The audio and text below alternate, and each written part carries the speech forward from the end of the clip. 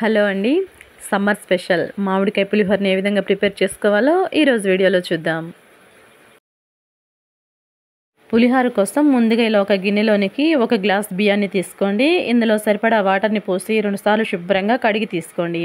ఇప్పుడు ఇందులో మనం తీసుకున్నటువంటి బియ్యానికి గాను ఏ గ్లాస్తో బియ్యాన్ని తీసుకుంటామో అదే గ్లాస్ తోటి 2 గ్లాసుల వరకు వాటర్ని పోసుకోండి.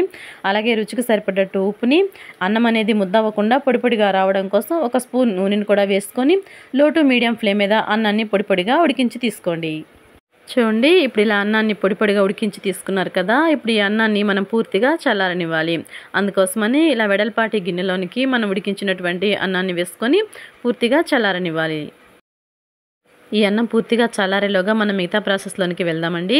ఇలాగా ఒక మామిడికాయని తీసుకోండి. నేను ఈ సైజు పచ్చి మామిడికాయని తీసుకున్నాను. దీన్ని శుభ్రంగా వాటర్లో కడిగి పైనటువంటి తొక్కునంతటిని కూడా నీట్గా తీసేస్తున్నాను. ఇలా తొక్కంతటిని తీసేసిన తర్వాత ఈ మామిడికాయని వీడియోలో చూపిస్తున్న విధంగా ఇలా తురిమి తీసుకోండి. ఇలా మామిడికాయని అంతా తురిమి తీసుకున్నారు కదా. ఇప్పుడు ఇలా తురిమి తీసుకున్నటువంటి మామిడికాయలో చూడండి, ఈ తురుముని నేను ఒక 2 భాగాలుగా చేస్తున్నాను. ఒక భాగాన్ని మనం ఇందాక ఉడికించి పెట్టుకున్నాం కదా అన్నము, ఆ అన్నంలోనికి వేసేస్తున్నాను. ఇలాగా హాఫ్ భాగాన్ని వేసేసి ఈ మామిడికాయ తురుమంతా కూడా అన్నంలో కలిసే విధంగా ఇలా బాగా మిక్స్ చేసుకొని పక్కన పెట్టుకోండి.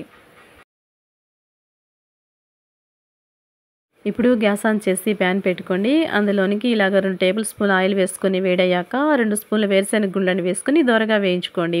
ఇలా వేరుశెనగ గుళ్ళని దోరగా వేయించుకున్న తర్వాత 1 స్పూన్ శనగపప్పుని, 1 స్పూన్ మినపప్పుని, 1 స్పూన్ ఆవాల్ని కూడా వేసి వీటిని కూడా దోరగా వేయించుకోండి.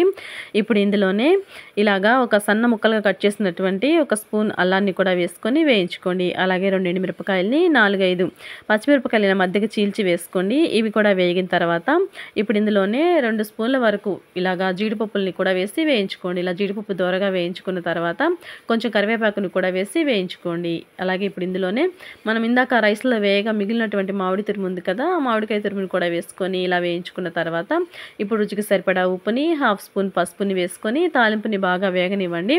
చివరిగా ఇందులో ఒక 1/2 స్పూన్ వరకు ఇంగువని వేసుకొని స్టవ్ ఆపేసి ఇప్పుడు ఈ తాలింపుని మనం ఉడికించి చల్లారి పెట్టుకున్నాం చూడండి, అన్నంలోనికి వేసుకొని ఒకసారి బాగా కలిసే విధంగా మిక్స్ చేసుకున్నామంటే మనకి సమ్మర్ స్పెషల్ మామిడికాయ పులిహోర రెడీ. ఓకే అండి, చూసారు కదా సమ్మర్ స్పెషల్ మామిడికాయ తోటి పులిహోరని ఏ విధంగా ప్రిపేర్ చేసుకున్నామో.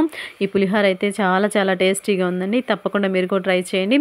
అలాగే ట్రై చేసి మీకు ఎలా కుదిరింది అనేది కామెంట్ సెక్షన్లో నాతో షేర్ చేసుకోండి. అలాగే వీడియో నచ్చినట్లయితే వీడియోకి ఒక లైక్ చేసి మన ఛానల్ని సబ్స్క్రైబ్ చేసుకొని పక్కన బెల్ సింబల్ని క్లిక్ చేయండి. Thanks for watching.